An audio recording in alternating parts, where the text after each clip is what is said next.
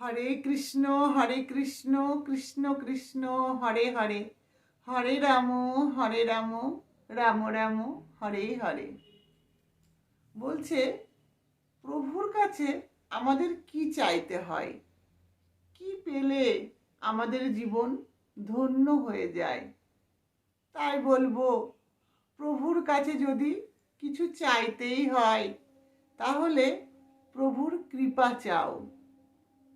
আর যার ওপর প্রভুর কৃপা থাকে তাকে যদি কেউ বিপদে ফেলতে চায় বা তার ক্ষতি করতে চায় বা কেউ তার অমঙ্গল করতে চায়, তাহলে প্রভুর কৃপার ফলে তার সব কিছু মঙ্গল হয়ে যায়।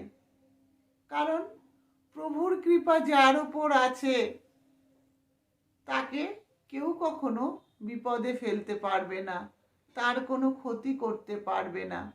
তাই বলবো, প্রভুর কাছে ধন সম্পত্তি, বাড়ি গাড়ি, টাকা পয়সা এগুলো কিছুই চাইতে নেই। চাইতে হয়, প্রভু তুমি আমায় কৃপা করো, তুমি আমার সাথে থাকো, তুমি আমার পাশে থাকো। আমি যদি কোনো বিপদেও পড়ি তুমি আমায় রক্ষা করো।